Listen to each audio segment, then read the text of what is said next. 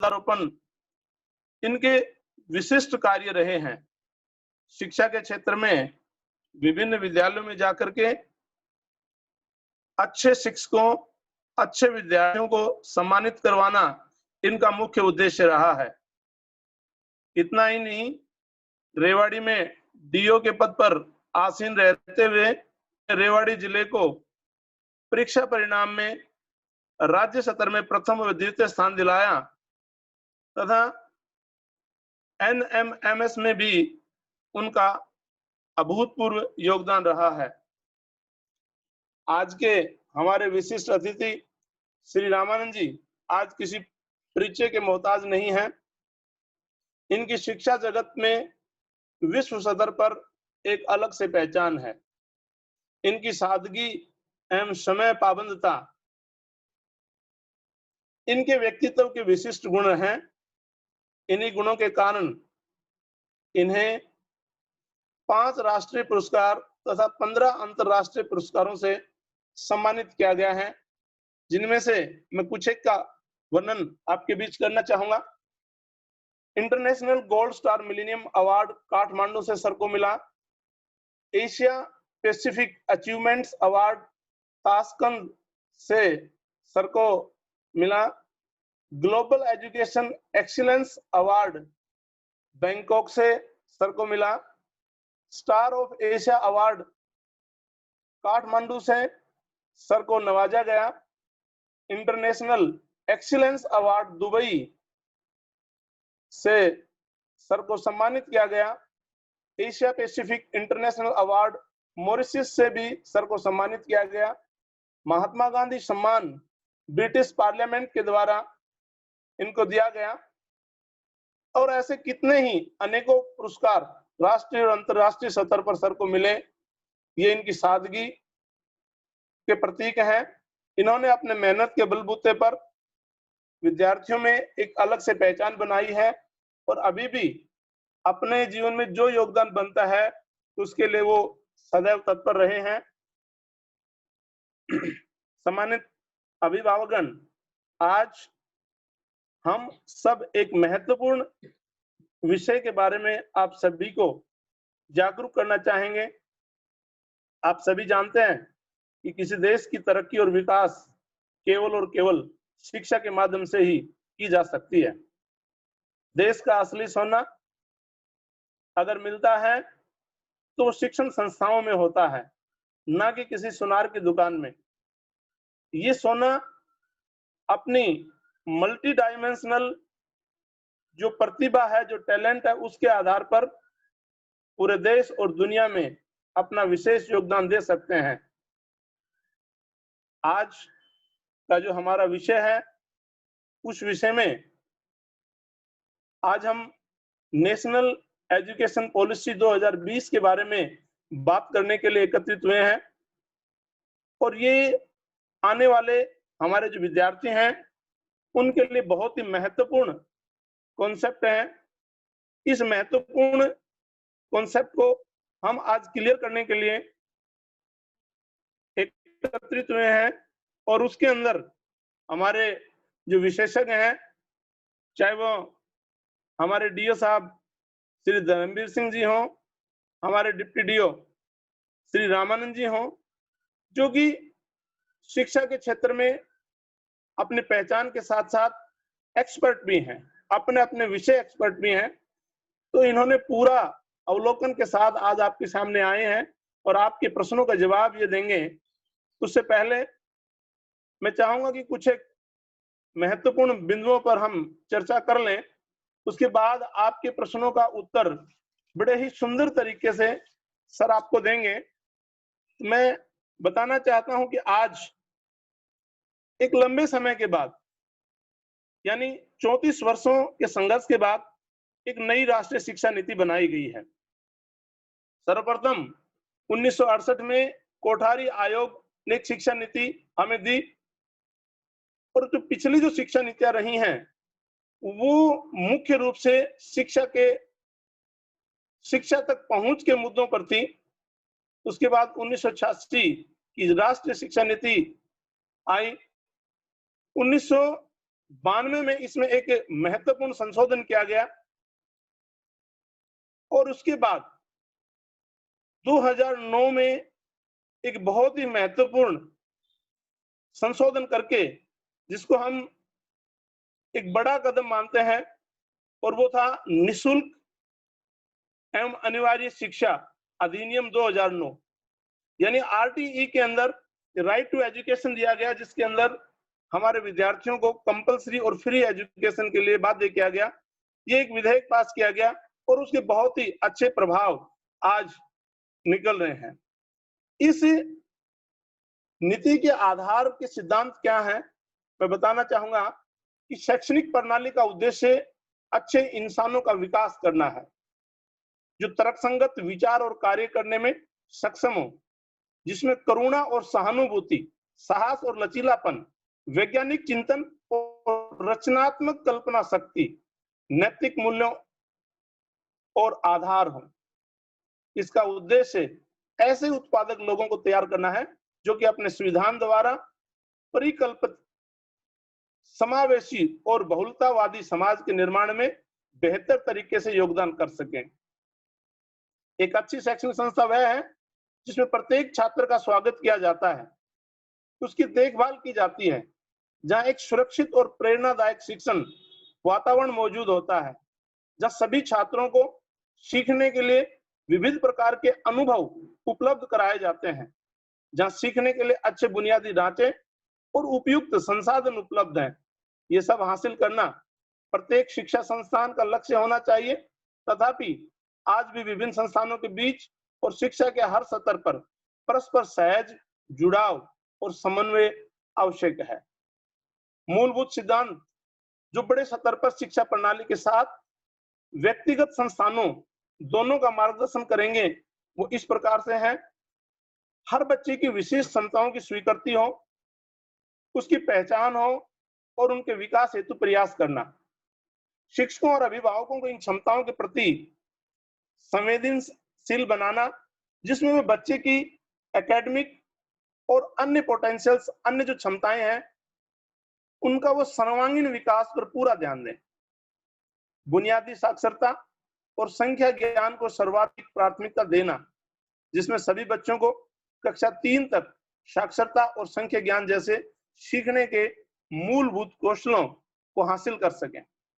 लचीलापन, ताकि विद्यार्थियों में उनके सीखने के तौर तरीके और कार्यक्रमों को चुनने की क्षमता हो और इस तरह वो अपने प्रतिभा और रुचियों के अनुसार जीवन में अपना रास्ता चुन सकें।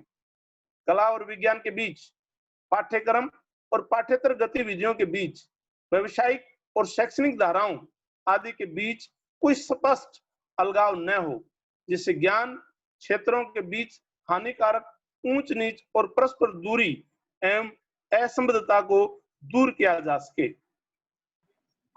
सभी ज्ञान और एकता और अखंडता को सुनिश्चित करने के लिए एक बहुविषयक दुनिया के लिए विज्ञान, सामाजिक विज्ञान, कला, मानविकी और खेल के बीच में एक बहुविषयक मल्टीडिसिप्लिनरी और समग्र शिक्षा का विकास हो।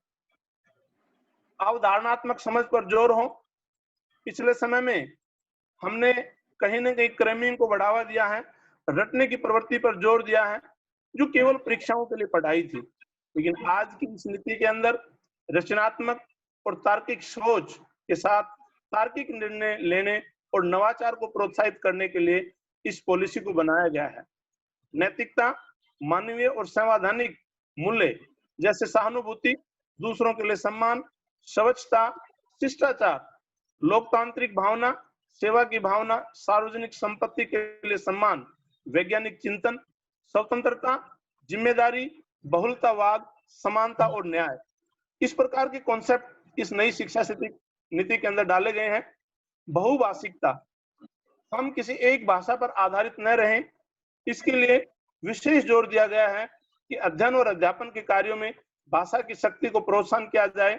जीवन कौशल जैसे आपसी संवाद, सहयोग, सामूहिक कार्य और लचीलापन भी इस शिक्षा नीति के अंदर देखने को मिलेगा। सीखने के लिए कंटिन्यूअस एवल्यूएशन, सतत मूल्यांकन पर भी जोर दिया है। इसके बजाय कि साल के अंत में होने वाली परीक्षा को केंद्र में रखकर शिक्षण हो, जिससे कि आज की कोचिंग संस्कृति को बढ़ावा मिलता है। तकनीकी के यथासंभव उपयोग पर भी जोर है। अध्ययन कार्य में भाषा संबंधी बाधाओं को दूर करने में, दिव्यांग बच्चों के लिए शिक्षा को सुलभ बनाने में और शैक्षणिक नियोजन और प्रबंधन में भी इसका विशेष योगदान है। बहुत सी बातें इसके अंदर हैं जो आप लोगों को सुनने को मिलेंगी, लेकिन आज हम बहुत से प्रश्नों के माध्यम से, क्योंकि ये बहुत लंबी प्रक्रिया है, बहुत से प्रश्नों के माध्यम से हम अपने एक्सपर्ट से जानकारी लेना चाहेंगे। मुख्य बात इसके अलावा और इसमें क्या जो मुख्य है, मैं हमारे हिस्ट्री के प्रवक्ता श्री जयप्रकाश जी से अनुरोध करूंगा कि वो एक बार डिटेल से हमारी जो +3, 5+3+3+4 की जो शिक्षा नीति है उसमें किस बात पर जोर दिया गया है, एक बार श्री जयप्रकाश जी आए और उसके बारे में एक बार विस्तार से हमारे श्रोताओं को, हमारे इन छात्र छात्राओं और अभिभावकों को बताएं। श्री जयप्रकाश जी।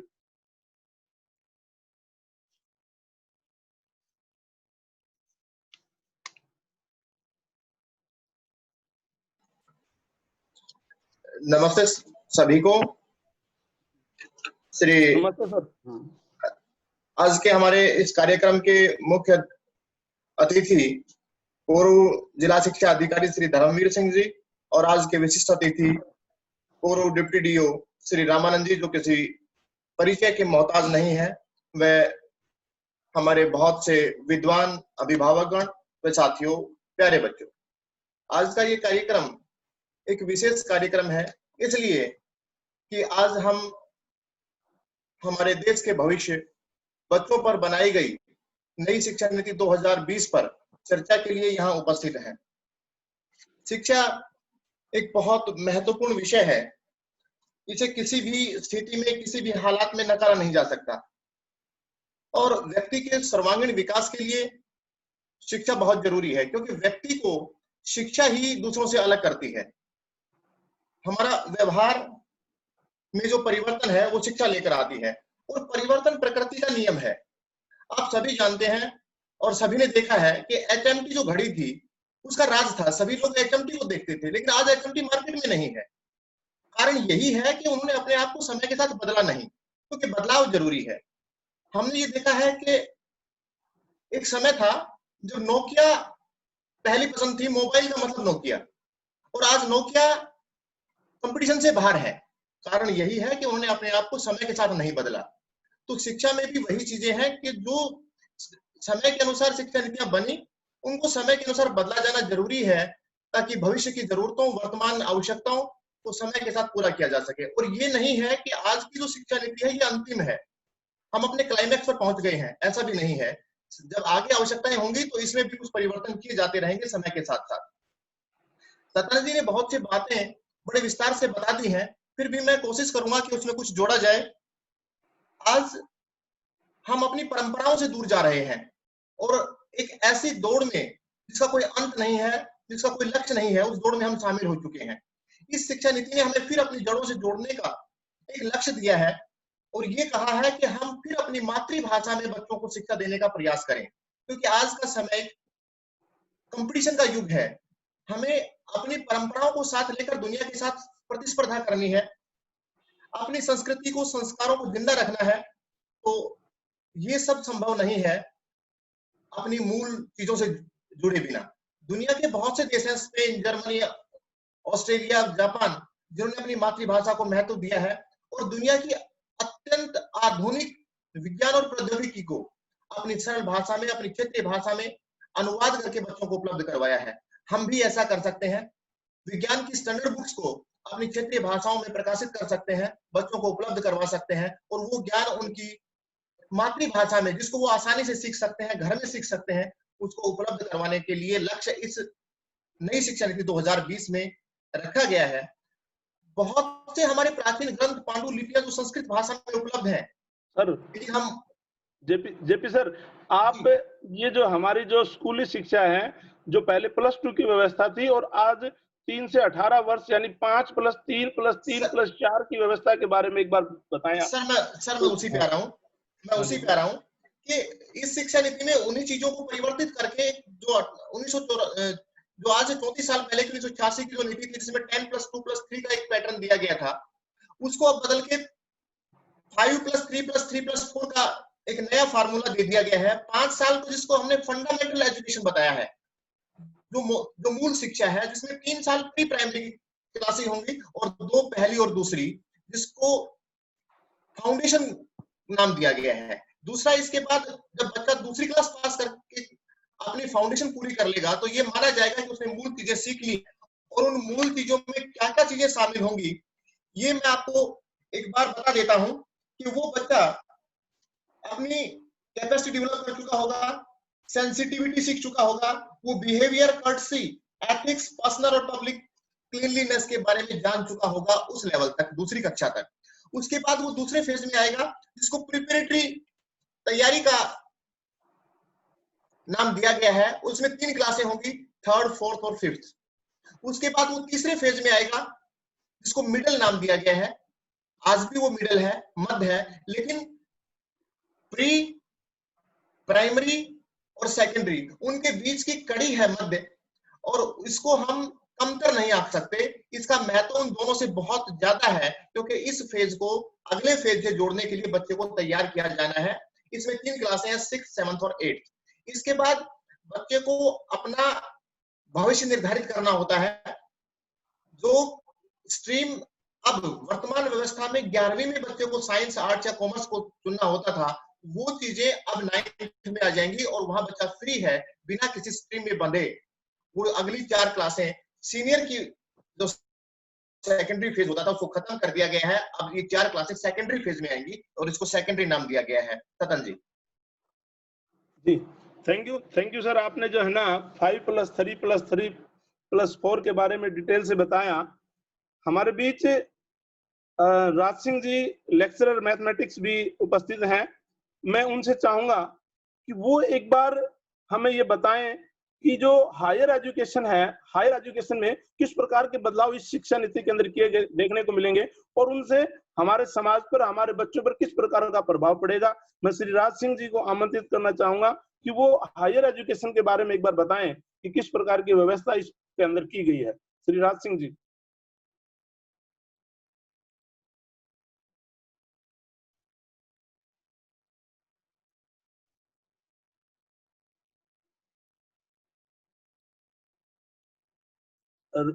राज सिंह जी।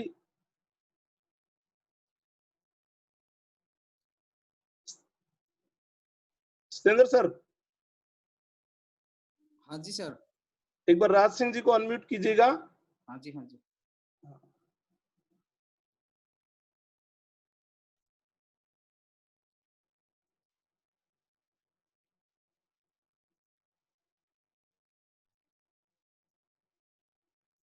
लगता है वो जो है ना शायद माइक का इशू। हेलो। हाँ जी, हाँ जी। हाँ सर, आवाज आ रही है सर? हाँ जी, बिल्कुल आ रही है सर। बताइए हाँ, हायर एजुकेशन के बारे में आप हाँ जी, आप सभी को नमस्कार। हाँ सर, आपके प्रश्न के उत्तर में मैं कहना चाहूंगा कि इसमें हायर एजुकेशन के जो कंसेप्ट रखा है वो multi entry and exit system रखा गया। आज की व्यवस्था में अगर 4 साल इंजीनियरिंग पढ़ने या 6 सेमेस्टर करने के बाद भी किसी कारणवश हम आगे नहीं पढ़ पाते हैं तो उसका कोई उपाय नहीं होता था।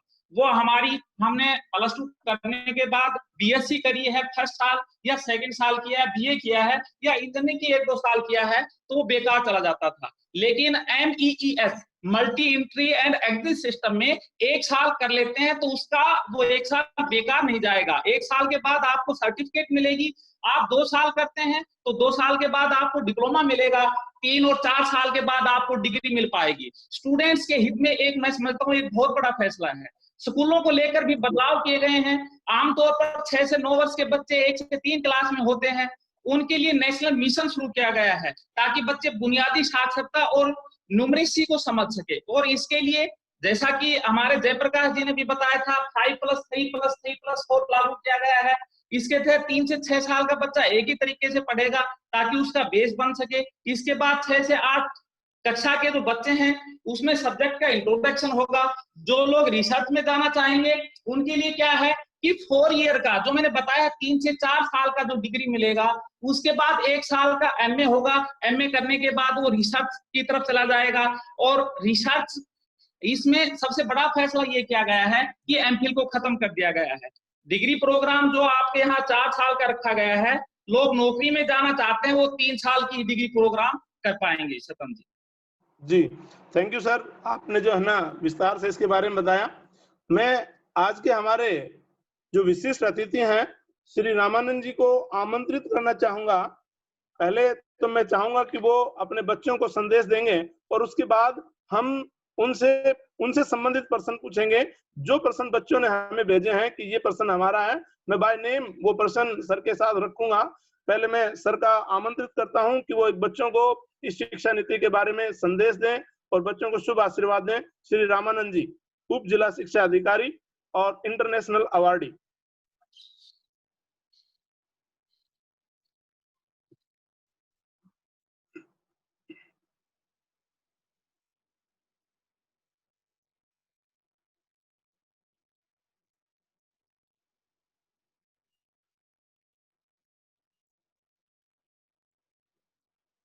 सिंदर जी, सर को एक बार अनम्यूट करें।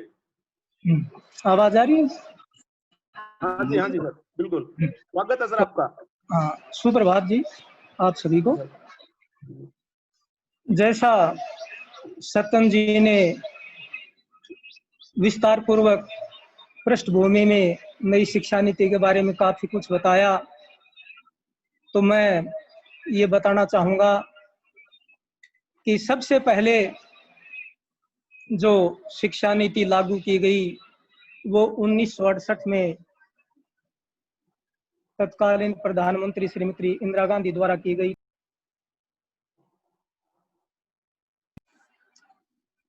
जी, उस समय जो है मैं भी इस जो शिक्षा नीति है 3 टाइम की, उनका एक चश्मदीद हूँ, क्योंकि ये शिक्षा नीति जो है 1984 तक चली और 1985 में 10+2 शिक्षा पद्धति शुरू हुई थी, जो 1986 में नई शिक्षा नीति तत्कालीन प्रधानमंत्री श्री राजीव गांधी के समय चालू हुई। तो जो 1968 में थी, उस समय हायर सेकेंडरी स्कूल होते थे 1ली से 11वीं तक, और कॉलेज के अंदर हायर सेकेंडरी के इक्विवेलेंट प्रेप होता था। उसके बाद 3 साल में ग्रेजुएशन। इस प्रकार 14 साल में जो है ये कोर्स पूरा हो जाता था। इसके बाद श्री राजीव गांधी सरकार में जो 1986 में शिक्षा नीति लाई गई, वो 10+2 शिक्षा नीति रही। इसमें 1ली से 10वीं तक और 10वीं के बाद +1 +2 और फिर जो है 3 साल के अंदर ग्रेजुएशन होता था।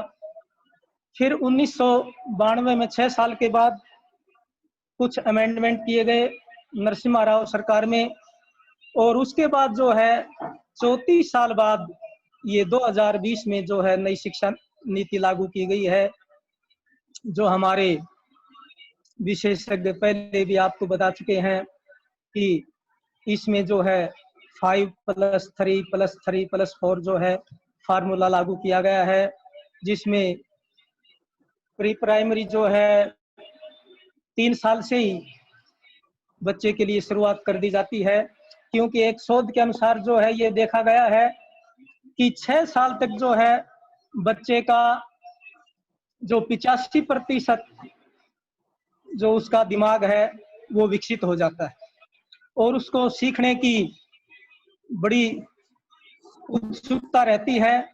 अगर उस समय बच्चे को वांछित शिक्षा न दी जाए तो उसके सीखने के जो क्षमता है उस पर दुष्प्रभाव पड़ता है, और सीखने के लिए पोषाहार की भी आवश्यकता होती है। इसीलिए आंगनबाड़ी में भी और हमारे जो प्राइमरी स्कूल हैं उनके अंदर भी पोषाहार और मध्याह्न भोजन की शुरुआत की गई है। तो इस प्रकार से जो भी शिक्षा नीति होती है वो देश की जो रिक्वायरमेंट्स होती हैं उसी के अनुरूप जो है उसका संचालन किया जाता है। अब वो पहले का समय नहीं है कि जब एक लेटर को भी पहुंचने में हफ्ते से 10 दिन लग जाया करता था। आप अब जो है 1 सेकंड के अंदर जो है वर्ल्ड की कोई भी चीज है उससे आप रूबरू हो जाते हैं। तो जिस प्रकार से जितना विकास, जिस प्रकार का वर्ल्ड के अंदर जो रिक्वायरमेंट है, देश की जो रिक्वायरमेंट है, उन्हीं के अनुरूप जो है हम शिक्षा पद्धति को लागू करते हैं। और जैसा हमारे प्रधानमंत्री जी ने बताया कि अब जो है एक ग्लोबल स्टूडेंट हमें तैयार करना है। तो इस प्रकार से ये नई जो शिक्षा नीति है ये आगे आने वाले समय में हमारे जो सभी मूलभूत आवश्यकताएं हैं उनका पूरा कर पाएंगी, ऐसी हम सबकी एक अपेक्षा है।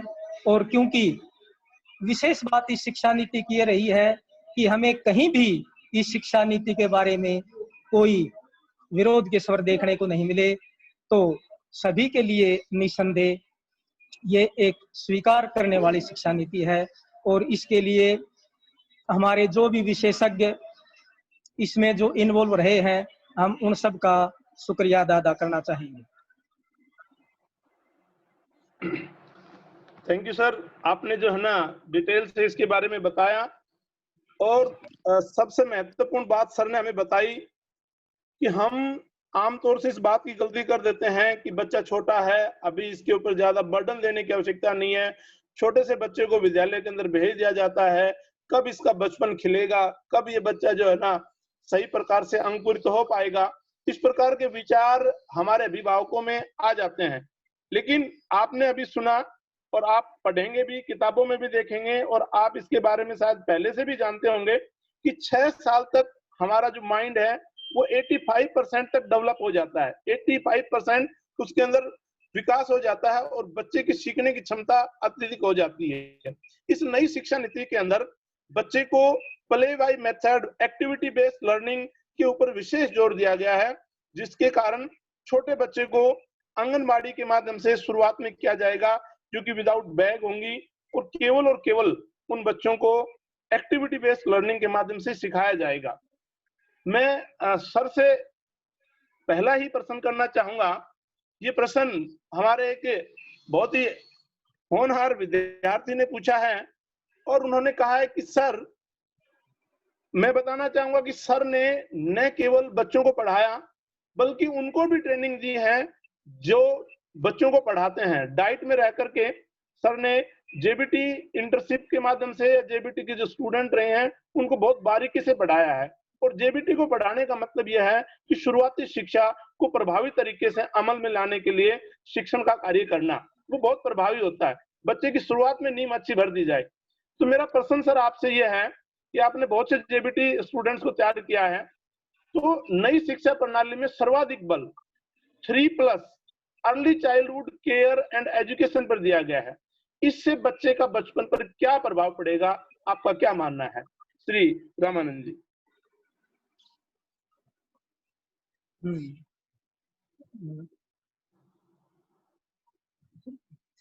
हाँ, तो जो आपने पहला प्रश्न ये पूछा है कि नई जो शिक्षा प्रणाली है इसमें अर्ली चाइल्डहुड को लेकर जो है एजुकेशन पर बच्चे के उस पर क्या प्रभाव पड़ेगा, तो जैसा मैंने आपको पीछे बताया कि 6 साल की अवस्था तक जो है बच्चे का 85% जो दिमाग है वो विकसित हो जाता है और उसमें सीखने की झलक होती है। तो ये एक ऐसा अवसर है जब हम उन्हें बच्चे की जो जिज्ञासा है उसको हमें पूरा करना चाहिए। और सीखने के लिए जो है बच्चे को शुरू से ही पोषक आहार और जो सीखने के लिए जैसा भी हमारा जो यूनिसेफ ने रखा है कि प्राइमरी स्कूल में भी बच्चों को मध्याह्न भोजन दिया जाए, तो इस प्रकार से जो है बच्चे पर कोई विपरीत असर नहीं पड़ेगा, क्योंकि उनकी जो ये अवस्था है ये निसंदेह जो है सीखने के लिए तत्पर रही है। और बच्चे को हम साइकोलॉजिकल वे से ट्रीट करके जो भी उसकी जिज्ञासाएं हैं उनको हम पूरी करके जो है उसमें काफी कुछ उसकी क्षमताओं का विकास कर पाएंगे।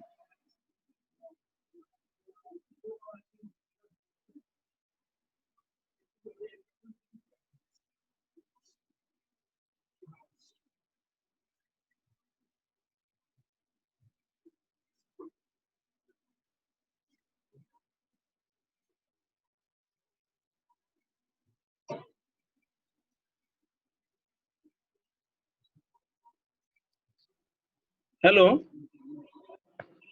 हाँ जी। हाँ सर, बीच में थोड़ा सा डिस्टर्ब हो गए थे, कोई फोन आ गया था। हाँ, तो बहुत बहुत धन्यवाद, आपने एक बहुत ही शानदार प्रश्न का बहुत अच्छे तरीके से जवाब दिया है। मैं सत्येंद्र जी से रिक्वेस्ट करना चाहूंगा कि अब आज के हमारे जो मुख्य अतिथि हैं, क्योंकि बार बार एक ही विशेषज्ञ से प्रश्न पढ़ना ठीक नहीं, हमारे बीच हमारे आज के मुख्य अतिथि श्री धर्मवीर सिंह जी हैं। उनको हम आज की इस वेबिनार में उनका स्वागत और अभिनंदन करते हैं। मैं चाहूंगा कि वो बच्चों को एक शुभ संदेश दें और उसके बाद उनसे हम प्रश्न की प्रक्रिया आगे जारी रखेंगे। Shri Dharmveer Singh ji, retired DEO Rewari.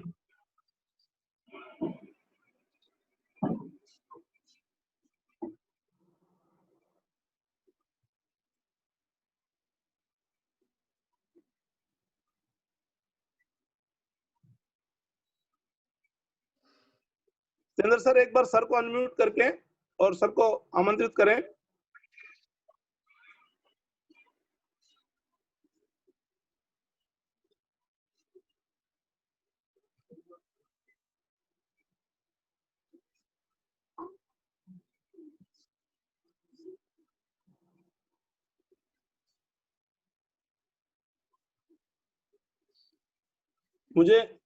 मुझे लगता है कि कहीं कोई प्रॉब्लम होगी, नेटवर्क इश्यू है। तो मैं चाहूंगा कि हम अगले प्रश्न की ओर चलें जब तक कि सर व्यवस्था करवाते हैं। चंद्र जी। जी सर। सर से टेलीफोनिकली बात करो। हाँ, अभी कर रहा हूँ। हाँ, और अगले उस तक जब तक जो है ना सर, मैं अगला प्रश्न हमारे छात्रा प्रीति ने पूछा है कि इस पॉलिसी के अंदर भाषा का बड़ा महत्व है और इसमें यह भी कहा गया है कि जो हमारी लोकल लैंग्वेज है और उसका हम विशेष रूप से ध्यान दें और 5 कक्षा तक कम से कम उस भाषा के अंदर हम पढ़ाएं। तो आपका क्या कहना है कि भाषा टीचिंग लर्निंग प्रोसेस में क्या योगदान है? 3 लैंग्वेज फार्मूला क्या है? भारतीय भाषाओं के साथ विदेशी भाषाओं को भी पढ़ाने का क्या लाभ होगा हमें? इसके बारे में मैं पूछना चाहूंगा हमारे सब्जेक्ट एक्सपर्ट श्री रामानंद जी से। सर बताइएगा। हाँ सत्यन जी, जो 3 लैंग्वेज फार्मूला है इसमें संस्कृत के साथ साथ जो है 3 भाषाओं का विकल्प दिया गया है और जो अपनी मातृभाषा है या क्षेत्रीय जो भाषा है उसमें जो भी कंटेंट होता है उसको पढ़ने के लिए बच्चे को बहुत ही सुविधा होती है।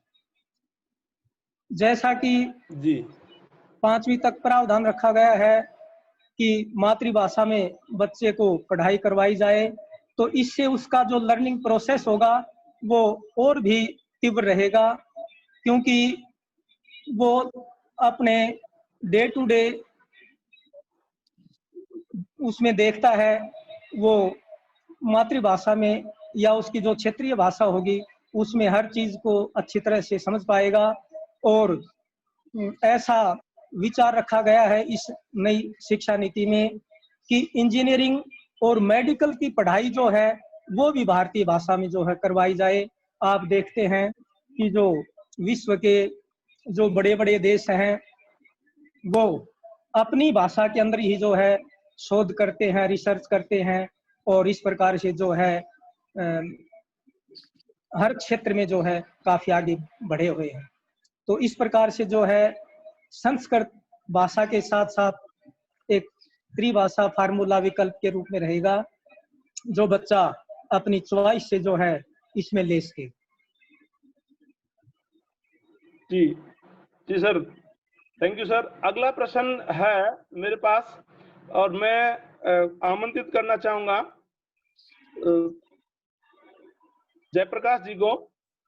जयप्रकाश जी, आप हमें बताएं कि vocational courses are introduced from class 6. Will it be helpful in editing better job opportunities in future?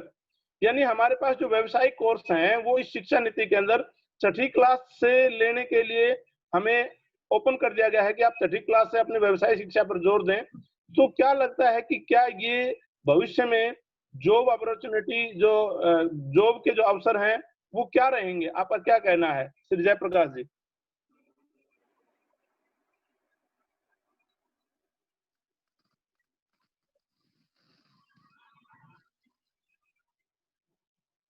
Jayaprakash जी, आवाज आ रही होगी आपके पास?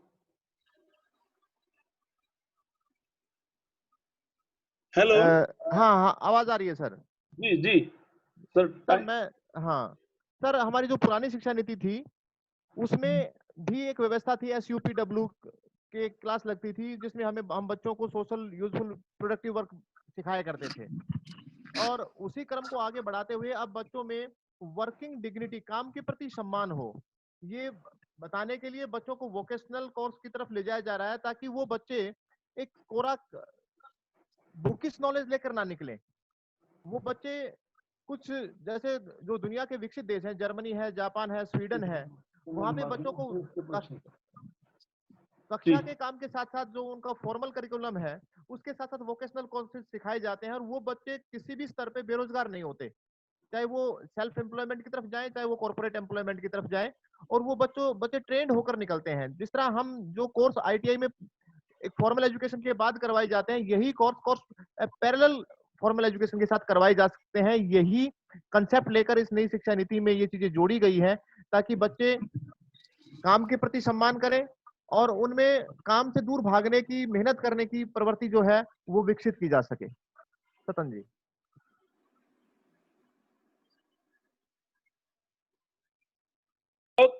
और मैं राज सिंह जी, आपसे है अगला प्रश्न। जब तक आप तैयार रहें अपने आप को अनम्यूट कर लें।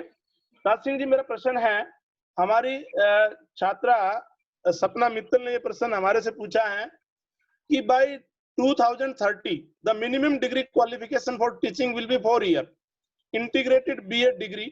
Do you think it will ensure that the new teachers will be competent with all teaching skill? यानी 2030 में हमारी जो डिग्री जो क्वालिफिकेशन है वो 4 साल की हो जाएगी, जिसके अंदर हम इंटीग्रेटेड कोर्सेज करेंगे, चाहे B.Ed की डिग्री हो।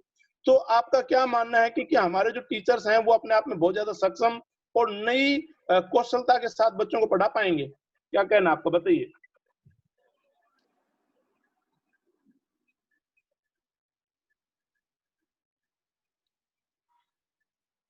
राज सिंह जी। Hello sir. जी जी।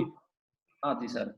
सर, ये इस बात पर निर्भर करता है कि किसी टीचर को हम कैसे ट्रेन करते हैं, और इस पॉलिसी में शिक्षकों को तैयार करने के लिए भविष्य दृष्टिकोण और ज्ञान के साथ साथ भारतीय मूल्यों, भाषाओं, ज्ञान, लोकाचार, जनजाति की परंपराओं का समावेश किया गया है।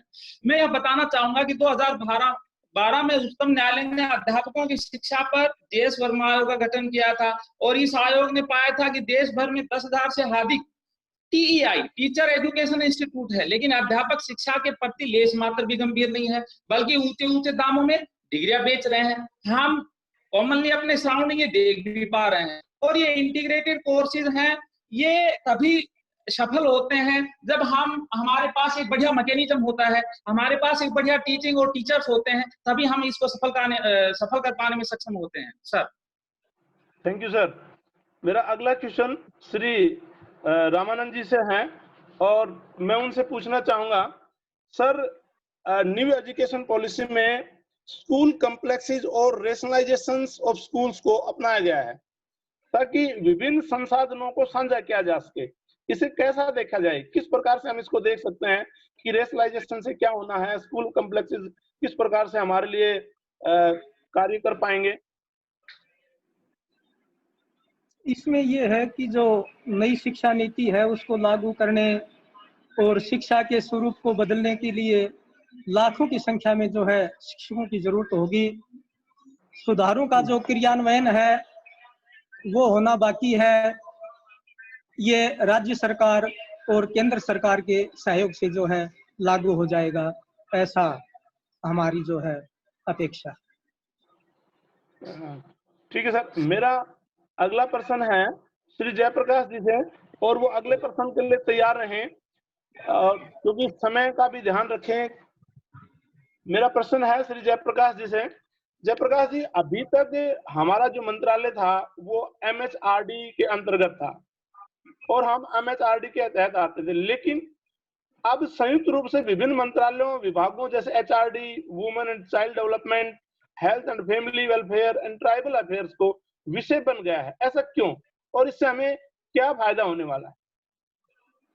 सर, इस विषय में पहले श्री रामानंद जी कुछ चर्चा कर चुके हैं, और फिर मैं बता देता हूं कि अब जो बच्चे का विकास होना है, जो पढ़ाई होनी है, वो होलिस्टिक डेवलपमेंट की तरफ जाना है। हमने बच्चे का सर्वांगीण विकास करना है। उसमें केवल पढ़ाई नहीं करनी, बच्चे का स्वास्थ्य, बच्चे की शिक्षा, बच्चे का सामाजिक परिवेश, बच्चे का सोशल डेवलपमेंट, उन सब चीजों पर ध्यान दिया जाना है। और क्योंकि बच्चे को उसकी न्यूट्रिशन पर ध्यान देना है, तो ये जो काम है न्यूट्रिशन का, जो फंडामेंटल एजुकेशन का, फाउंडेशनल एजुकेशन जो होगी, वो आंगनवाड़ी के माध्यम से होगी। और आंगनवाड़ी जो है वो वुमेन एंड चाइल्ड डिपार्टमेंट का एक हिस्सा है। तो इस मंत्रालय को इसके साथ जोड़ दिया गया है ताकि वो भी इसमें इसके साथ सहयोग और सामंजस्य बैठा के काम कर सकें।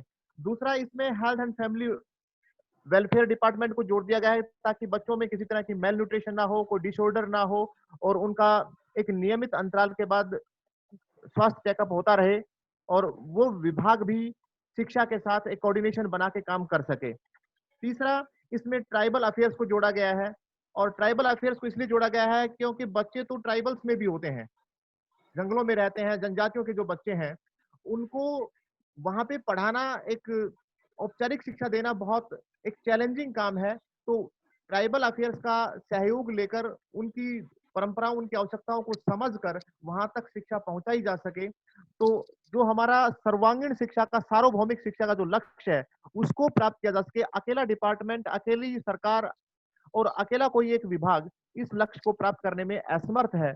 इसलिए विभिन्न विभागों को एक साथ जोड़ा गया है ताकि वो तालमेल बैठाकर जहां जिसकी आवश्यकता हो, जहां जिसका जितना योगदान हो, उसको पूरा करते हुए इस शिक्षा के लक्ष्य को सभी तक पहुंचाया जा सके, सभी को शिक्षित किया जा सके। सतन जी। जी, थैंक यू सर। मेरा अगला प्रश्न है सर से, श्री रामानंद जी से। सर, आप हमें बताएंगे, ये प्रश्न है प्रिया बगडाना का, कि यह पॉलिसी वर्तमान coaching based entrance exam system को बदलने में किस हद तक प्रभावी होगी? क्योंकि हमारे बच्चे एग्जाम बेस्ड जो है ना स्टडी आज तक करते आए हैं अभी भी, कि उनको एग्जाम का भय रहता है कि एग्जाम में फेल हो जाएंगे, और वो कोचिंग इंस्टीट्यूट में जाकर के अन्य उसमें करते हैं। इंट्रेंस एग्जाम्स का भी भय रहता है क्योंकि हर क्षेत्र में आज नॉलेज की आवश्यकता है। तो कहीं हम परमानेंट नॉलेज ना लेकर के कुछ समय तक जो है ना एक रट्टू प्रक्रिया के माध्यम से करते हैं, तो क्या लगता है आपको कि ये पॉलिसी कोचिंग बेस्ड और एंट्रेंस एग्जाम सिस्टम को बदलने में प्रभावी हो पाएगी, और कहां तक हो पाएगी? जो नई शिक्षा नीति है ये अमृत के समान है। इसका जो छात्र केंद्रित दृष्टिकोण है ये मुख्य रूप से जो है बहुत ही महत्वपूर्ण है। ऑनलाइन शिक्षा के लिए क्षेत्रीय भाषाओं में कंटेंट तैयार होगा, virtual lab, digital library, school शिक्षकों और छात्रों को डिजिटल संसाधनों से लैस किया जाएगा। कला, संगीत, शिल्प, खेल, योग, सामुदायिक सेवा जैसे सभी विषयों को भी पाठ्यक्रम में शामिल किया जाएगा।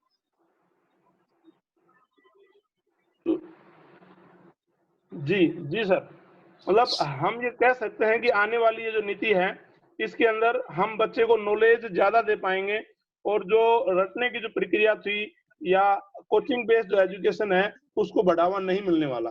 हाँ बिल्कुल जी, thank you sir. Next question जो है ना हमारा राज सिंह जी से है। राज सिंह जी, आप हमें बताएंगे कि आज जो एजुकेशन है उसके अंदर गला काट प्रतिस्पर्धा का समय है। मैं समझता हूं कि हर व्यक्ति दूसरे चाहे वो स्कूल हो, चाहे कॉलेज हो, चाहे कोचिंग इंस्टीट्यूट हो, वो किसी न किसी रूप से बच्चे के लिए बहुत जबरदस्त कंपटीशन करते हैं और हम कह सकते हैं गला काट प्रतिस्पर्धा का समय है। तो ऐसे समय में multi disciplinary study, discovery based and analysis based learning को आप कैसे देख पाते हैं? ये प्रश्न पूछा है विपुल ने। राज सिंह जी। सर, इसके लिए स्कूली शिक्षा में निश्चित बदलाव किए गए हैं। सीखने की खोज आधारित शैली, वैज्ञानिक पद्धति, तार्किक चिंतन पर इस शिक्षा नीति में बड़ा बल दिया गया है। छात्र हितों और प्रतिभाओं की पहचान करने के लिए स्कूलों में कैरियर परामर्श, उच्च शिक्षा, संस्थागत पुनर्गठन, सभी उच्च संस्थानों में बहुविषयी और समग्र शिक्षा पर बल दिया गया है। स्नातक पाठ्यक्रम में अनुसंधान और इंटर्नशिप का समावेश किया गया है। संकाय कैरियर प्रबंधन प्रणाली, ये सभी पहलू देश में एक शोध मानसिकता को मजबूत करने के लिए अत्यंत महत्वपूर्ण सर। जी, मेरा अगला प्रश्न है, एक बार सर से पूछो, डिप्टी डीओ सर से। सर, एक बार हमें बताना चाहेंगे कि आज तक हम जो पढ़ते आए हैं +2 10वीं के बाद हम सब्जेक्ट की फैकल्टी होती थी कि हम जो है ना स्ट्रीम होती थी कि हम साइंस में जाएं, हम कॉमर्स में जाएं, हम आर्ट साइड लें, लेकिन आज की शिक्षा नीति के अंदर तो जो बदलाव देखने को मिला है उसमें मेजर और माइनर जो सब्जेक्ट हैं उन दोनों को एक कर दिया गया है। यानी कोई बच्चा अकाउंटेंसी पढ़ रहा है वो बच्चा फिजिक्स भी पढ़ सकता है, जो बच्चा फिजिक्स पढ़ रहा है वो बच्चा हिस्ट्री भी ले सकता है। तो इसको आप किस रूप में देखना चाहेंगे और आने वाले समय पर ये हमारे लिए कितनी कारगर सिद्ध हो पाएगी? इसमें ये है कि अब तक जो है, जैसा आपने कहा कि केंद्रीयकृत रेगुलेटरी सिस्टम जो है काम कर रहा था, तो अब इसमें जो है एजुकेशन डिपार्टमेंट के अधीन थी, अब विकेंद्रीकृत जो है किया गया है। और साथ ही आपने पूछा है कि जो स्ट्रीम है उसके साथ साथ जो है बच्चा दूसरा मेजर और माइनर जो है सब्जेक्ट लेकर चलता है। तो इसका अभिप्राय यह है कि मान लीजिए कोई बच्चा जो है इंजीनियरिंग कर रहा है और उसकी रुचि म्यूजिक में है, तो म्यूजिक को भी वो जो है साथ लेकर चल सकता है। इस प्रकार जो है उसकी बच्चे की जिस भी विषय में रुचि है वो उस रुचि को भी जो मेन उसकी स्ट्रीम है उसके साथ लेकर जो है पूरा कर पाएगा। और इस प्रकार से जो है, जो पहले हम स्ट्रिक्ट होते थे किसी एक स्ट्रीम पर कि कॉमर्स में कॉमर्स ही पढ़ी जाएगी, साइंस में साइंस ही, आर्ट्स में आर्ट्स ही, तो इस प्रकार का जो बंधन था वो अब हटा दिया गया है और एक ब्रॉड वे में जो है शिक्षा हमारे सामने प्रस्तुत की गई है।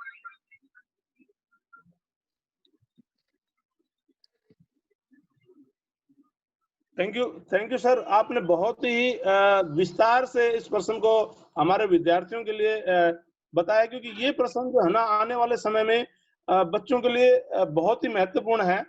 कि हम दूसरे सब्जेक्ट को भी, यानी हम एक उसको इम्पोर्टेंस ना दे करके सभी सब्जेक्ट को इक्वल इम्पोर्टेंस दे करके अपनी रुचि के आधार पर उसको आगे बढ़ने में मदद ले सकते हैं। Thank you sir. मेरा अगला प्रश्न है श्री जयप्रकाश जी से। जयप्रकाश जी, आप हमें बताएंगे कि सामाजिक न्याय एवं समानता स्थापित करने में नेशनल एजुकेशन पॉलिसी कहां तक छात्र और अध्यापक को तैयार कर पाएगी? यानी हमें सामाजिक न्याय भी मिले, हमें इक्वलिटी भी मिले, तो इसमें नेशनल एजुकेशन पॉलिसी का कहां तक छात्र को और अध्यापक को तैयार करने में सक्षम हो पाएगी? ये जो प्रश्न पूछा है, ये प्रिया भगडाना ने पूछा है। बहुत अच्छा प्रश्न है और आप इसका जवाब दें। सर, इसके लिए इस एजुकेशन पॉलिसी में एक बहुत अच्छा टारगेट रखा गया है कि जो डिस्पैरिटीज हैं, जो डिस्क्रिमिनेशन है किसी भी लेवल पे, चाहे वो जेंडर डिस्क्रिमिनेशन है, क्योंकि हम देखते हैं कि लड़के और लड़कियों में माँ बाप के मन में, समाज के मन में एक धारणा होती है कि लड़कियां हायर एजुकेशन के लिए नहीं पढ़ पाएंगी या उनको बाहर नहीं भेजा जाता है।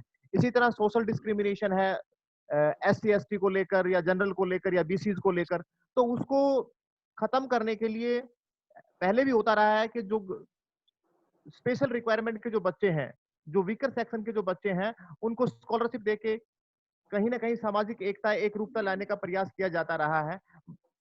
उस चीज को खत्म करने के लिए इस एजुकेशन पॉलिसी में और विशेष बल दिया गया है। और पीछे के जो सर्वे हैं वो बताते रहे हैं कि जो एससी है, एसटी है, उनका ड्रॉप आउट रेशियो बहुत ज्यादा रहा है। और ऐसा माना गया है कि जो विभिन्न धर्मों के लोग हैं, जैसे मुस्लिम का मैंने एक सर्वे देखा था अभी कि जो +1-2 में जो बच्चे 15% पहुंचते थे, प्राइमरी के बाद 15% बच्चे सेकेंडरी में पहुंचते थे, और उनमें भी लड़कियों का जो रेशियो था वो 7.9% था। तो एक बहुत ड्रास्टिक सिचुएशन थी, एक बहुत खतरनाक दृश्य दिखाई दे रहा था कि जो बच्चे पहली क्लास में एनरोल होते हैं वो आखिर में पहुंचते पहुंचते 10% तक रह जाते हैं। उसको खत्म करने के लिए, उस डर को खत्म करने के लिए, इस ड्रॉप आउट को खत्म करने के लिए सामाजिक एकरूपता, सामाजिक न्याय देने का प्रयास किया गया है। जो बच्चे आर्थिक रूप से या किन्हीं मजबूरियों के कारण क्लास छोड़ रहे थे, स्कूल छोड़ रहे थे, उनको आर्थिक पैकेज देकर, आर्थिक सहायता देकर समानता लाने का प्रयास किया गया है। इसके साथ ही विभिन्न जो स्कॉलरशिप स्कीम्स सरकार ने शुरू की है, उनको इम्प्लीमेंट किया जाए। और आपने पीछे देखा होगा कि जो लड़कियां, जो स्टूडेंट थी, जो दूर से आती थी, उनको सरकार साइकिल देकर और उस स्कीम को आगे बढ़ाकर अब ताकि वो स्कूल ना छोड़ें, मेन स्ट्रीम में बने रहें, ड्रॉप आउट ना हो, सरकार बार बार प्रयास करती रही है। और उन लक्ष्यों को अब और मजबूत करने का प्रयास किया गया है। जेंडर इंक्लूजन फंड शामिल किया गया है, quality and equitable education for all girls, इसको इसमें शामिल किया गया है। तो बहुत सी नई स्कीमें इसमें शामिल की गई है ताकि किसी भी लेवल पे समाज में असमानता, और वो समाज की असमानता बच्चों की शिक्षा पर हावी ना हो, ये नई एजुकेशन पॉलिसी में शामिल की गई है। और अध्यापकों को उसके लिए तैयार किया जाएगा कि वो अपनी कक्षा में, अपने परिवेश के बच्चों में ये भावना ना पनपने दे, और इस आधार पर, सामाजिक आधार पर कोई भी बच्चा अपनी मूल पढ़ाई से, अपने मूल लक्ष्य किसी भी रूप में वंचित ना हो। Satan ji. Thank you sir. मेरा अगला प्रश्न श्री राज सिंह जी से है। श्री राज सिंह जी, आप पहले भी एक प्रश्न का बहुत अच्छे तरीके से जवाब दे चुके हैं, और ये प्रश्न भी बड़ा इंपॉर्टेंट है। ये प्रश्न पूछा है बलजीत ने कि अब तक केंद्रीयकृत रेगुलेटरी सिस्टम काम कर रहा था जो एजुकेशन डिपार्टमेंट के अधीन थी, लेकिन अब विकेंद्रीकृत तथा लाइट बट टाइट की बात कही है, इसका क्या अर्थ है?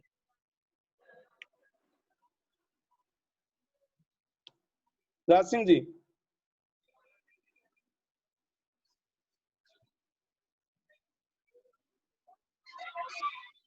हेलो, लगता है संपर्क नहीं हो पा रहा। सर, मैं डिप्टी डीओ सर से रिक्वेस्ट करूंगा कि इस प्रश्न का सर जवाब देंगे। हाँ, इसमें सतन जी, जो नई शिक्षा नीति है, इसमें यूजीसी, एनसीटी और एनआरसीटी, ये जो है इनको खत्म कर दिया गया है, और एक रेगुलेटरी बॉडी इसमें जो है बनाई जाएगी। इस नियामक बॉडी का जो है स्वरूप क्या होगा ये अभी नहीं बताया गया। केंद्रीय विश्वविद्यालय हैं, राज्य के विश्वविद्यालय हैं, डीम्ड जो विश्वविद्यालय हैं, और प्राइवेट विश्वविद्यालय जो है, इन सभी के लिए एक ही नियम होगा। ये जो है इसमें विशेष तौर पर जो है चर्चा है। और अब जो भी सिलेबस किसी एक स्टेट का होगा वही किसी दूसरे स्टेट में मिलेगा। तो इस प्रकार जो है हर जगह पढ़ाई जो है वो समान रूप से उसी सिलेबस के आधार पर दी जाएगी। सर, मेरा प्रश्न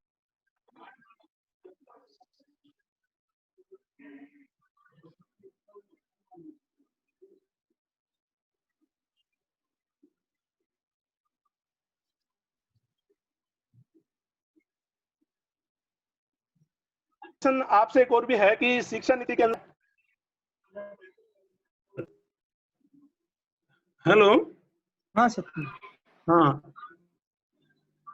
अभी हम बात कर रहे थे कि इसमें केंद्र सरकार और राज्य सरकारों का अपना अलग अलग रूल्स फ्रेम होते हैं। तो कहीं ना कहीं भाषा का अगर हम बात करें, तमिलनाडु की अगर बात करें, हम केरला की, और बात करें हम उत्तर भारत की, तो भाषाओं के अंदर काफी अंतर है। तो क्या ये जो भाषा वाली जो बात है वो पूरे केंद्र एक प्रभाव से लागू कर सकता है कि ये कंपलसरी हो? कहीं तमिल पढ़नी पड़ेगी, कहीं हमें लोकल भाषा में और अन्य भाषा पढ़नी है, लेकिन इंग्लिश भाषा के ऊपर फोकस किया गया था पहले। आपको क्या लगता है कि इससे इंग्लिश भाषा ना, इसमें जो है फ्री लैंग्वेज को लेकर जो फार्मूला रखा गया है, संस्कृत के साथ जो है तीन भाषाओं के चयन का जो सूत्र रखा गया है, उसी के अनुरूप जो है, जो अपनी स्थानीय या क्षेत्रीय भाषा का है नुकसान होगा या इस उसमें प्रकार वो पढ़ाई कर पाएगा। और क्योंकि जो है विदेशी भाषा को भी इसमें तवज्जो दी गई है, तो जैसे आपने इंग्लिश का जिक्र किया है, तो इस प्रकार की जो एक लिंक लैंग्वेज है, उसके माध्यम से हम किसी भी स्टेट में जाकर जो है अपनी पढ़ाई का कंटिन्यू रख पाएंगे। इसमें किसी तरह की कोई बाधा नहीं आएगी। जी सर, मेरा अगला प्रश्न है श्री जयप्रकाश जी से। जयप्रकाश जी, आप हमें बताएंगे कि दुनिया की जो शीर्ष यूनिवर्सिटीज हैं, उनको इस पॉलिसी के अंदर भारत में कैंपस खोलने की अनुमति दी गई है। यानी जितने भी यूनिवर्सिटीज हैं, जो बहुत अच्छी यूनिवर्सिटीज हैं, उनको भारत में कैंपस खोलने की अनुमति दी गई है। इससे हमारी परंपरागत व्यवस्था पर क्या प्रभाव देखे जा सकते हैं? आपका क्या मानना है श्री जयप्रकाश? जी सर, भारत दुनिया का नेतृत्व बहुत पहले भी कर चुका है शिक्षा के क्षेत्र में, और आज ये धारणा बन चुकी है कि जो फॉरेन एजुकेशन है वो हमसे बेहतर है।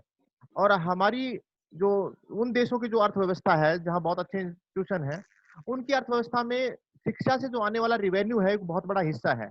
इसका मतलब उन देशों को बहुत ज्यादा पैसा शिक्षा के माध्यम से मिल रहा है और हमारा पैसा बाहर जा रहा है, तो ये इकोनॉमी पर एक प्रतिकूल प्रभाव भी पड़ता है। और दूसरा, वो सभी के लिए सुलभ नहीं है विदेश में जाकर पढ़ना।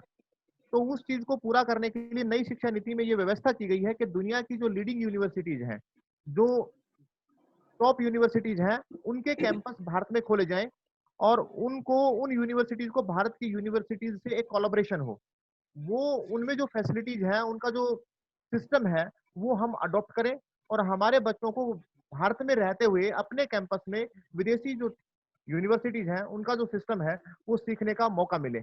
और दूसरा ये कि भारत में जो आप थोड़ी देर पहले पूछ रहे थे कि बच्चों को वोकेशनल शिक्षा, विदेशी भाषाओं का जो सीखना है वो एक हायर एजुकेशन के बाद एक एक्स्ट्रा कोर्स होता था, और उस कोर्स को हमारी स्कूली शिक्षा में शामिल कर दिया गया है। अब बच्चे विदेशी भाषाएं अपने जो मेन स्ट्रीम कोर्स है उसके साथ ही सीख पाएंगे। और मैं यूनिवर्सिटीज का ये बता रहा था कि 2040 तक सभी हायर एजुकेशन इंस्टीट्यूशन जो है उनका ये उद्देश्य रखा गया है कि वो मल्टी सब्जेक्ट मल्टी स्ट्रीम संस्थान बनाए जाएंगे, और हर यूनिवर्सिटी का, हर संस्था का जो स्ट्रेंथ होगी वो कम से कम 3000 होगी। तो वो जो यूनिवर्सिटीज हैं उनका स्पेशलाइजेशन है। कोई यूनिवर्सिटी ह्यूमैनिटीज के लिए बहुत अच्छी है, कोई साइंस के लिए बहुत अच्छी है, कोई रिसर्च के लिए बहुत अच्छी है, तो उनको भारतीय विश्वविद्यालयों के साथ जोड़ के हमारे विश्वविद्यालयों का लेवल भी उस पर ले जाने का एक प्रयास किया गया है, और ये भविष्य के लिए एक बहुत अच्छी सोच है, एक सकारात्मक पहल है। सतन जी। जी, मेरा अगला प्रश्न भी सर आपसे ही है। आप हमें बताएं कि एक भ्रांति जो है ना, अखबार के माध्यम से या बच्चों में इस प्रकार से फोन भी आए कि क्या 10वीं का बोर्ड हट जाएगा या +2 के अंदर बोर्ड नहीं होगा। इस प्रकार की भ्रांति कुछ बच्चों में देखने को मिली है। नई शिक्षा नीति ये कहती है कि हम बोर्ड को हटा नहीं रहे हैं, हम बोर्ड की परीक्षाएं समस्त सिस्टम से करने जा रहे हैं। तो 10वीं के अंदर भी हम 2 बार एग्जाम्स कराएंगे, +2 के अंदर भी हम 2 बार एग्जाम कराएंगे, और जो बेटर रहेगा दोनों बार में से उसको हम फाइनल रिजल्ट मानते हैं। तो इससे क्या लगता है, इसमें बच्चों को कितना फायदा होने वाला है? क्योंकि इससे पहले भी एक बार समस्त सिस्टम लागू किया गया था कि कम सिलेबस का हो जाए, लेकिन उसको बाद में बंद कर दिया गया। तो अब पुनः इस चीज को दोबारा से शुरू करने में क्या लगता है, क्या बेनिफिट बच्चों को मिलेगी? क्या वो प्रॉपर नॉलेज ले पाएंगे जिस उद्देश्य के लिए ये सेमेस्टर प्रणाली लागू करने जा रहे हैं?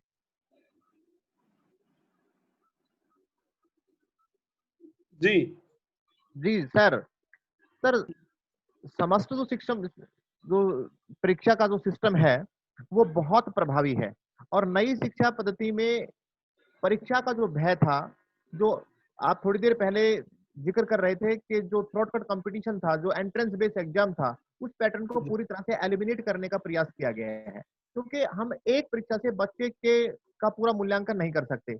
उसके कोई भी कारण हो सकते हैं कि बच्चा उस वार्षिक परीक्षा में अच्छा परफॉर्म नहीं कर पाए और हमने उसके पूरे साल का मूल्यांकन कर लिया कि वो अच्छा परफॉर्म नहीं कर रहा है। तो इसके लिए इस नई पॉलिसी में उसका अलग अलग टुकड़ों में मूल्यांकन करने का प्रयास किया गया है, सतत और निरंतर उसका मूल्यांकन हो। और इसके लिए सरकार ने ये कहा है कि हर स्टेज पे फाउंडेशन जो स्टेज होगी, उसके आखिरी जो परीक्षा होगी वो बच्चे का फाउंडेशन डिटरमाइन करेगी कि बच्चे का फाउंडेशन कैसा है। उसके बाद जो मिडिल स्टैंडर्ड है, उसका आखिरी जो परीक्षा होगी 10वीं 8वीं, उसमें बच्चे का जो प्रिपरेटरी है तो वो कितना तैयार है आगे की परीक्षा, आगे की कक्षाओं के लिए, वो डिटरमाइन हो जाएगा। उसके बाद मिडिल की जो स्टैंडर्ड है 3 क्लास का, उसके बाद उसका मिडिल का जो स्टैंडर्ड है वो पता लग जाएगा। परीक्षाएं हर लेवल पे होंगी, लेकिन परीक्षाओं का भय खत्म कर दिया जाएगा। बच्चे का मूल्यांकन तो होगा, लेकिन बच्चे का हिडन मूल्यांकन होगा। उसको ये ना पता हो, उसके मन में परीक्षा का भय ना हो, उसको किसी तरह से विक्टिमाइज ना किया जाए।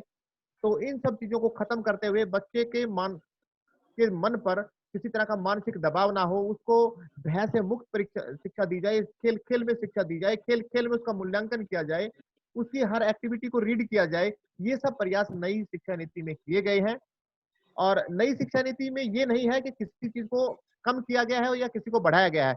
हर क्षेत्र में कुछ न कुछ जोड़ने का प्रयास किया गया है और उसको चाइल्ड फ्रेंडली, एनवायरमेंट फ्रेंडली बनाने का प्रयास किया गया है कि बच्चा बिना भय के, बिना दबाव के अपनी शिक्षा पूरी करे और अपना पूरा विकास, उसका हर फील्ड विकसित हो। ऐसा नहीं है कि उसके मन पर परीक्षा का भय बने और वो किसी तरह से दबाव में आए।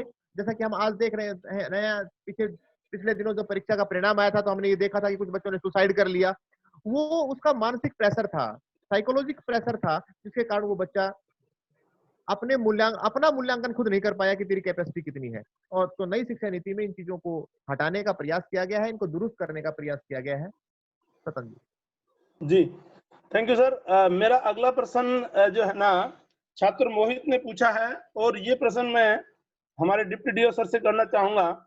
सर, ये देखने में आया है, आप लंबे समय से इस क्षेत्र में कार्य रहे हैं, कि जब शुरुआत होती है बच्चों की स्कूली शिक्षा की, तो वहाँ रेशियो 90% तक पहुंच जाता है। 90% तक बच्चे उस शिक्षा को प्राप्त करने का कोशिश करते हैं, लेकिन जैसे ही हम सेकेंडरी लेवल पे होते हैं तो वो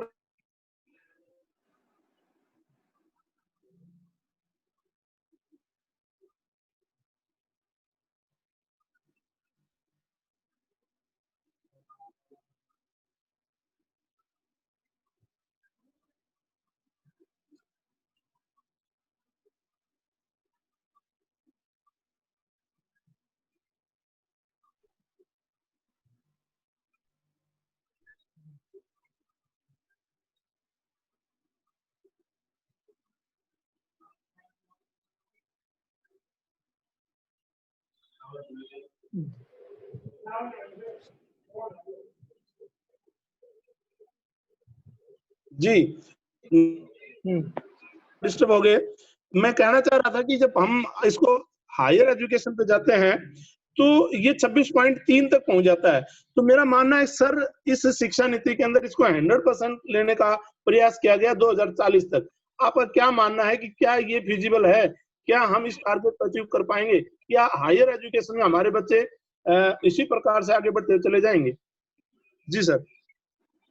इसमें सतन जी, जीडीपी का जो है 6% एजुकेशन के ऊपर जो है खर्चा दिखाया है। पहले ये 4.43% रहा है। और क्योंकि अब सभी भारतीय भाषाओं को लेकर और जो जितना भी इंफ्रास्ट्रक्चर जो है इसमें बन सकेगा, वो हमारी सरकार प्रयासरत रहेंगी। और हम यही मानकर चलेंगे कि जो इन्होंने टाइम रखा है उसी के अनुरूप ये सभी बातें जो हैं पूरी हो सकेंगी। इस प्रकार हमें इसके लिए आशावान रहना पड़ेगा। जी सर। और मुझे इसमें सर एक और भी ये लगता है कि जो हमारा पहले 6 से 14 साल तक का जो था, उसके अंदर हमें राइट टू एजुकेशन के लिए अधिकार था, लेकिन इस पॉलिसी के अंदर इसको बढ़ा करके 3 से 18 साल तक कर दिया गया। तो मुझे लगता है कि ये भी हमारे लिए इसमें कारगर सिद्ध होगी बच्चों को आगे बढ़ाने में, आगे पढ़ाने में। और दूसरा जो इसके अंदर बताया गया कि हर डिस्ट्रिक्ट के अंदर एक यूनिवर्सिटीज होगी, तो क्या इनका भी विशेष योगदान रहेगा इसमें? किस चीज का योगदान पूछ रहे हैं जी? हमारी जो है ना 100% अचीव करने के लिए जो हर जिले में एक एक यूनिवर्सिटीज होंगी, 3 साल से 18 साल तक फ्री एजुकेशन शिक्षा करने जा रहे हैं, तो 14 और 18 साल में 4 साल का अंतर है। तो ये 4 साल बच्चे के लिए बड़ा ही अहम रहेंगे। जो बच्चे गरीब हैं, जिनको आर्थिक स्थिति मजबूत नहीं है, तो उस वजह से जो ड्रॉप आउट करते, तो क्या ये उसके अंदर फायदेमंद रहेगा? ना, फायदेमंद रहेगा, क्योंकि इसमें जो है आप 4 साल आगे ले रहे हैं, लेकिन 3 साल पीछे भी इन्होंने बच्चे को ले लिया है ना, 3 साल से ही प्री प्राइमरी के अंदर। और वैसे जो है फॉर्मल हम 6 साल से मानते थे, तो इसमें कोई विशेष फर्क नहीं रहेगा। और निसंदेह ये जो हमारा 100% इनरोलमेंट है उसको अचीव करने में जरूर कामयाब रहेगी ये जो नई शिक्षा नीति है। ऐसी इसमें जो है पूरी गुंजाइश। सर, आपने अपने इसी में एक बात और रखी कि जो जीडीपी है वो 6% का जो है ना एजुकेशन पर खर्च करने के लिए इस शिक्षा नीति के अंदर बताया गया है। लेकिन मैंने पिछली शिक्षा नीति के अंदर भी देखा और उससे पीछे वाले में भी देखा है कि उसके अंदर भी इस रेशियो को 6% ही था, लेकिन वो आज तक जो है ना लागू नहीं हो पाया। इसके अंदर भी हम मैक्सिमम 4.2 तक ही इन्वेस्ट कर पाए, तो ये एक बहुत बड़ी ड्रॉबैक है। दूसरा मैं ये भी कहना चाहूंगा कि जो एजुकेशन पर जो खर्च होना चाहिए, पीछे देखा गया था कि जो 95-96 के अंदर एक बच्चे पर जो रेशियो था खर्च करने का, वही रेशियो आज हमें मिल पा रहा है। तो क्या इस जीडीपी का 6% पूरा हो जाए तो हमें इसका बेनिफिट मिल पाएगा? ना, ये बात तो आपकी सही है कि पीछे भी 1968 में भी 6% रखा था, लेकिन वो खर्च नहीं हो पाया। लेकिन क्योंकि अब नई शिक्षा नीति के प्रति हम सभी निष्ठावान है, आशावान है, जो हमारी केंद्रीय सरकार है, राज्य सरकारें हैं, ये सब मिलकर जो है हमें पूरी आशा है कि इस जीडीपी का जो खर्चा रखा गया है वो 6% तक खर्च करने में सक्षम हो सके। Thank you sir. अभी हमारे कुछ एक और जो है ना स्टूडेंट्स हैं जिन्होंने हैंड रेज किए थे, तो मैं उनको अपना माइक अनम्यूट करने के लिए कहूंगा। एक बार वो बच्चे अपना कोई क्वेश्चंस हैं, किसी टीचर साथी का कोई क्वेश्चन उनको लगता है कि ये क्वेश्चन मेरा अभी तक कवर नहीं हो पाया है, तो उनसे भी मेरा आग्रह है कि वो अपना वो क्वेश्चन हमारे एक्सपर्ट से पूछना चाहें तो उनका स्वागत है, उनका अभिनंदन है। वो अपना क्वेश्चन पूछें, समय का जरूर ध्यान रखें, क्योंकि उसके बाद हमारे प्राचार्य जी आपको बहुत सी बातें आप लोगों को बताएंगे। आए हुए हमारे मेहमानों का धन्यवाद भी करेंगे और उनके मन में क्या है शिक्षा के प्रति वो भी अपने विचार रखेंगे। तो मैं पहले अपने विद्यार्थियों को, अभिभावकों को प्रश्न है तो वो पूछें, और कोई प्रश्न दिमाग में आया हो, नहीं तो फिर मैं प्राचार्य सर को आमंत्रित करूंगा। ये विजय हैं और विजय कोई प्रश्न पूछना चाह रहा है। सर, विजय को एक बार अनम्यूट कीजिएगा। Vijay Rajput ji. Sir good morning sir. Good morning. Good morning sir, मैंने सुना कि वो अभी 10th नॉन बोर्ड की हुई है। वो उसके बारे में बेटा अभी आपको बताया था कि 10th नॉन बोर्ड नहीं है, ऐसा नहीं है कि वो नॉन बोर्ड है। 10th के अंदर एग्जाम 2 बार होंगे और जो एग्जाम बढ़िया रहेगा, जिसमें अच्छे नंबर आएंगे, उसके मार्क्स काउंट किए जाएंगे। इसी प्रकार +2 में भी 10th नॉन बोर्ड नहीं है। ये पहले भी क्वेश्चन हमने क्लियर कर दिया था, इससे पहले भी बच्चों के फोन आए थे।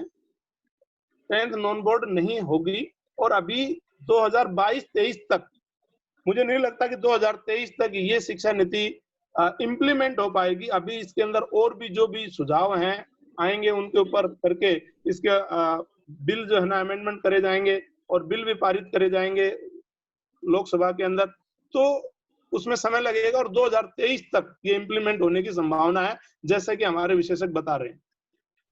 जी, नेक्स्ट क्वेश्चन। विजय, अगला क्वेश्चन कोई हो पूछे भाई। रतन सर जी सर, अपने रामानंद जी से एक प्रश्न मेरा भी है। ये शिक्षा के क्षेत्र में बहुत समय से जुड़े हुए हैं, बड़े विद्वान व्यक्ति हैं, ये स्तंभ है शिक्षा क्षेत्र के। सर, मैं एक प्रश्न पूछना चाहता हूं कि आज अध्यापक का सम्मान कहीं खो गया है। तो हम इस पॉलिसी के माध्यम से क्या करें कि अध्यापक का सम्मान लौटे और जो प्रतिभावान छात्र हैं, जो शिक्षा से मुंह मोड़ चुके हैं, इस प्रोफेशन को छोड़ना चाहते हैं, दूसरे क्षेत्रों में जाना चाहते हैं, वो लौटे, प्रतिभावान बच्चे इस क्षेत्र में आए और इस शिक्षा का सम्मान है वो वापस लौट आए। गुरुजी। आपने बड़ा अच्छा प्रश्न पूछा है कि अध्यापक के जो सम्मान की बात है, तो निसंदेह अध्यापक एक बच्चे के लिए जो है एक उदाहरण होता है। वो उसकी हर चीज पर जो है उससे सीखने की कोशिश करता है। अध्यापक का चाल चलन कैसा है, अध्यापक बोलचाल में कैसा व्यवहार करता है, वो उसकी पंक्चुअलिटी कैसी है। तो अध्यापक ये मान के चलिए कि एक बहुत ही एक सम्मान का, श्रद्धा का जो है पद रखा गया है। और ये हम अध्यापकों की जो है जिम्मेवारी है कि जो भी अपेक्षा अध्यापक से रखी जाती है, हम उसके अनुरूप अपने आप को साबित करें। क्योंकि पीछे कितनी ही बातें अध्यापक के बारे में हम पढ़ते आए हैं। डॉक्टर राधाकृष्ण ने तो यहाँ तक कहा था, a good teacher is better than 1000 priest. गुरु गोविंदो खड़े काटे लागू पाए, हरि रूठे गुरु ठोर है, गुरु रूठे नहीं ठोर। सब धरते कागज करो लेखनी सब बन राय, सात समुद्र की मसी करो गुरु गुण लिखाने जाए, आदि आदि बातें। तो हमें जो है अब वो जो चीज पीछे विश्व गुरु जो है हमारे देश को माना जाता था, अब इस नई शिक्षा नीति में हम ये मानकर चलते हैं कि पुनः हम जो है पद्धति को कायम कर पाएंगे, ऐसी हम अपेक्षा रखते हैं और इसके प्रति आशा।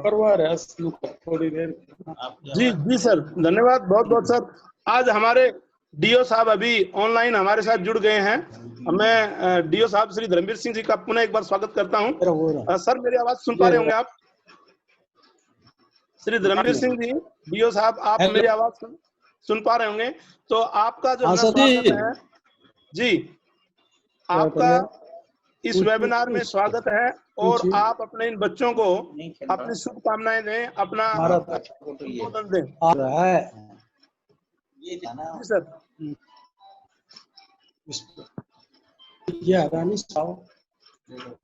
सर हेलो, हाँ सर, ये आप बोलो। हाँ जी आप शुरू करो सर। आप मेरी आवाज? हाँ जी। हेलो,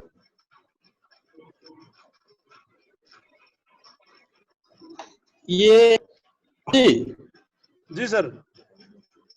1934 से लॉर्ड मैकाले द्वारा शिक्षा नीति बनाई गई।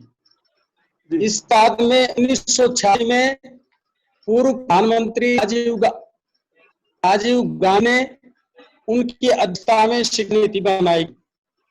विधि आयोग का गठन और समय समय पर शिक्षा नीति में शिक्षा ने सुधार किया।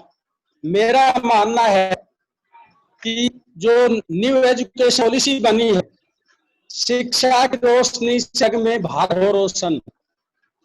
धन्य धन्य पूर्व प्रमुख के कस्तूरी रंजन, इन्हें बहुत अच्छा काम किया है। इनकी अध्यक्षता में जो ये न्यू एजुकेशन पॉलिसी आई है, जिसमें मैं समझता हूँ कि जो हमारे बच्चे हैं खेल माध्यम से सीखेंगे।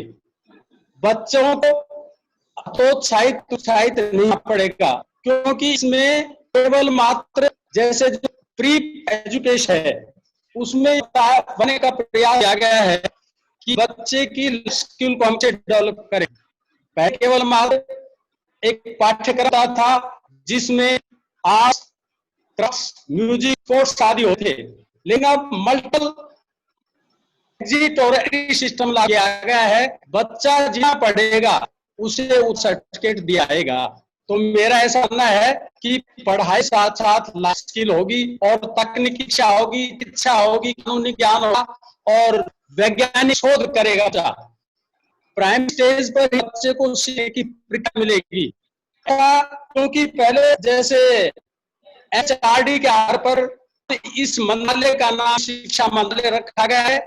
और ऐसे हरियाणा मुख्यमंत्री हमारे कंवरपाल गुर्जर जी, ऐसे ही केंद्र में हमारे प्रमुख है रमेश पोखरियाल जी जो कि शिक्षा मंत्री हैं। और इसी प्रकार से जो भारत के पहले शिक्षा मंत्री थे अब्दुल कलाम आजाद, जाता है शिक्षा नीति क्या होनी चाहिए, कैसी होनी चाहिए, बच्चों को हम किस प्रकार से रोजगार परक बनाए, किस तरह से बच्चा स्वावलंबी बने, किस प्रकार से बच्चा अपने आप को ऊपर उठाए, उस पे बनना हो। जैसे प्राइमरी स्टेज में बच्चे को क्या है कि वो आंगनबाड़ी में वाटिका और खेल के माध्यम से इस प्रकार की तो नई शिक्षा नीति है, मैं सोचता हूँ बच्चों के लिए कारगर हो, इसमें बच्चा अपने आप को महसूस करेगा। और फ्री होने के साथ साथ जैसे उन्हें हमारे यहाँ सुंदर भवन सोच रहे हैं, कट गया नहीं सर, कटा नहीं सर, बोल दीजिए सर। हेलो सर, बोलते जाइए सर। सर सही है, आप बोलते जाएं। हेलो, नेटवर्क इशू है लेकिन। हेलो, हाँ जी बोलते रहिए सर। हाँ जी सर, आवाज आ रही है आपकी, आप बोलिए। हाँ जी सतेंद्र जी, एक बार फोन करके बोलिए। हाँ जी आवाज आ रही है, आवाज।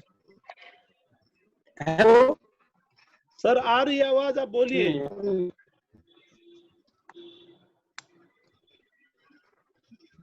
आवाज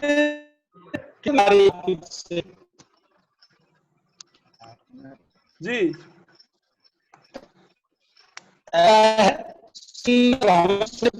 नए सवाल है और देखा गया नहीं मासिक बन गया। इस कार्य आई है, ये 30 साल के बाद नई शिक्षा नीति लाई है।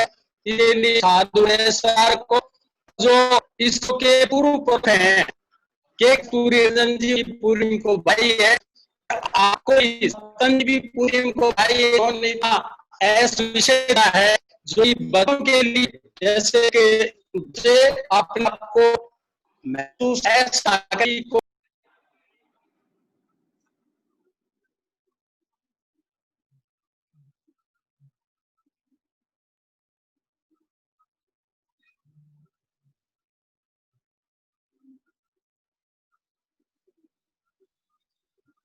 हेलो, मेरे आवाज हेलो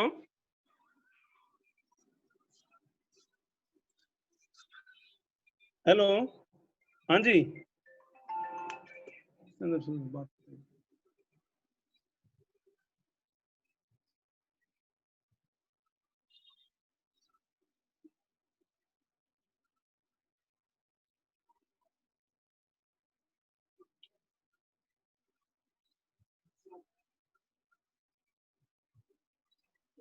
अभी मैं हमारे प्राचार्य सर को आमंत्रित करना चाहूंगा, श्री प्राचार्य प्रदीप कुमार जी, वो आए और अपना संबोधन और धन्यवाद आए हुए अतिथियों का करें। श्री प्रदीप कुमार जी।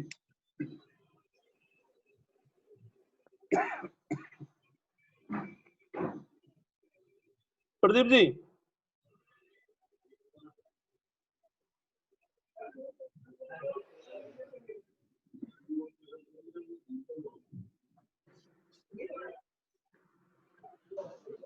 हेलो हेलो हाँ जी बताएं। परम सम्मानित आज की वेबिनार मीटिंग के माननीय श्री सेवानिवृत्त डीईओ साहब धर्मवीर जी, बहुत ही सम्मानित विशिष्ट अतिथि के रूप में आए डिप्टी डीईओ साहब रामानंद जी, मेरे सहयोगी साथी मिस्टर राज सिंह जी, जेपी सर जी, हमारी शिक्षा समिति के चेयरपर्सन मिस्टर सपन सिंह जी यादव, मेरे सभी बुद्धिजीवी स्टाफ, छात्रों और मेरे अभिभावक साथ,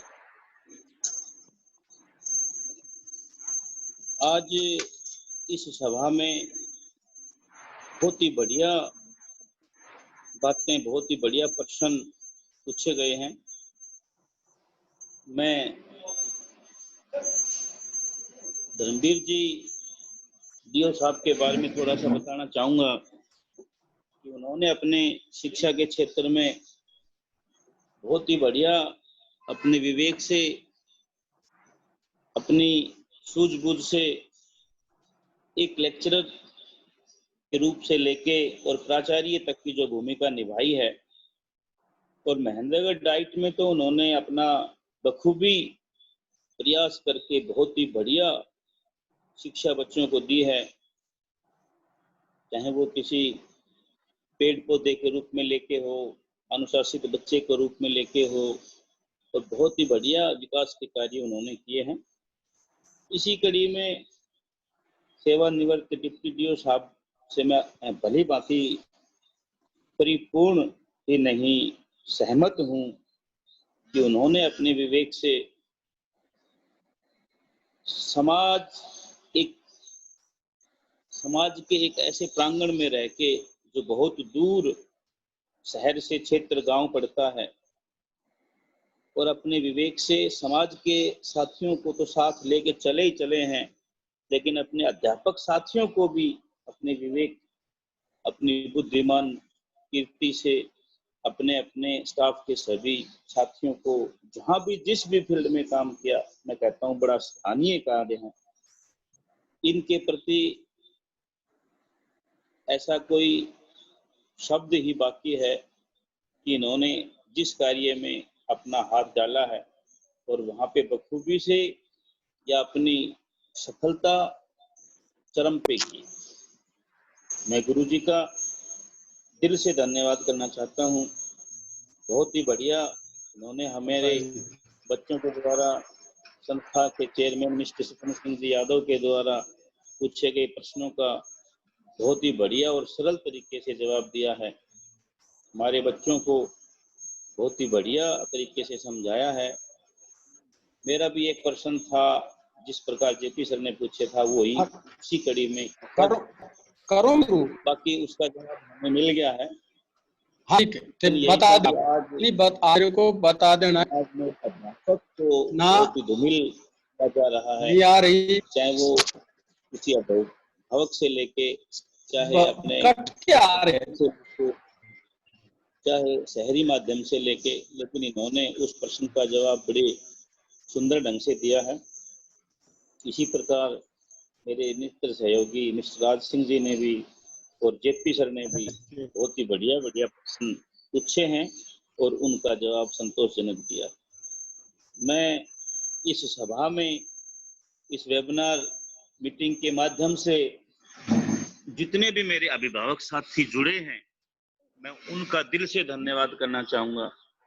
वास्तव में उन्होंने अपने इस कीमती समय में से जो समय निकाला है और जो विचार हमारे शिक्षाविद साथियों के द्वारा या हमारे गुरुजनों के द्वारा जो सुने हैं, वास्तव में वो लाभप्रद होंगे हमारे लिए, हमारे बच्चों के लिए। निश्चित रूप से वो कारगर सिद्ध होंगे।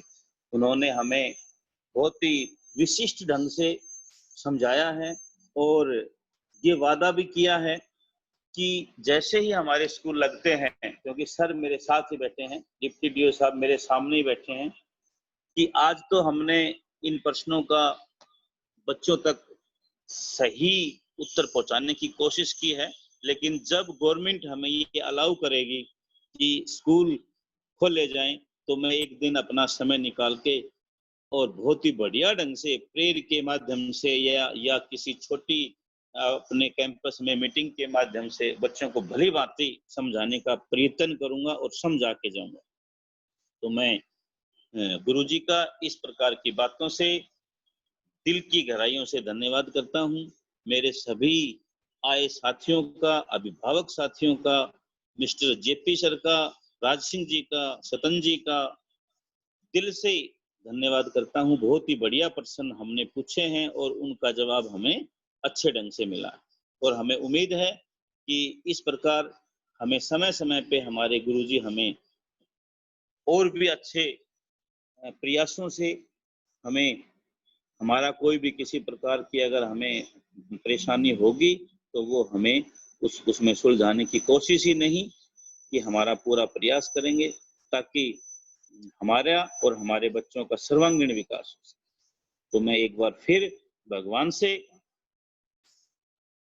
गुरुजी धर्मवीर जी का और सम्मानित डिप्टी डीओ साहब रामानंद जी का, जेपी सर का, राज सिंह जी का, भगवान से उस परम पिता परमात्मा से आशीर्वाद तो मैं नहीं दे सकता क्योंकि मैं इनसे बहुत छोटा हूं, लेकिन मैं भगवान से ये विनती कर सकता हूं कि इनकी उम्र बहुत लंबी करे, इनकी उम्र इतनी करे कि ये हमें और हमारे समाज को सुधारने में अनेक प्रकार की भूमिकाएं निभाते रहें।